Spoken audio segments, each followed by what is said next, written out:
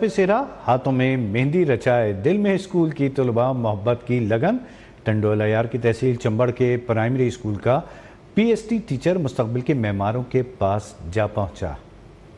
दूल्हा बारात छोड़कर स्कूल पहुंच गया। टंडोल अयार के प्राइमरी स्कूल का टीचर शादी छोड़कर स्कूल पहुंचा।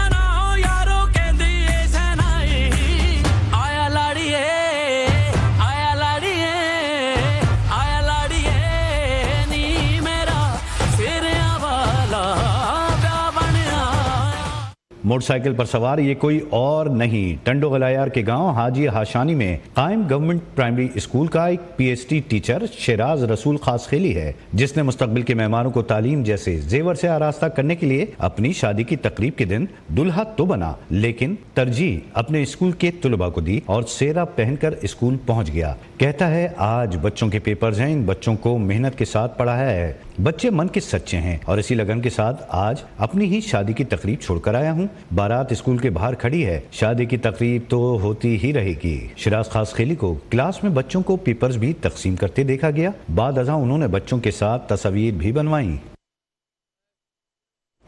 और इस वक्त की आम खबर है आपके लिए कि चेयरमैन पीटीआई बैरिस्टर गौहर की एडिशनल रजिस्ट्रार सुप्रीम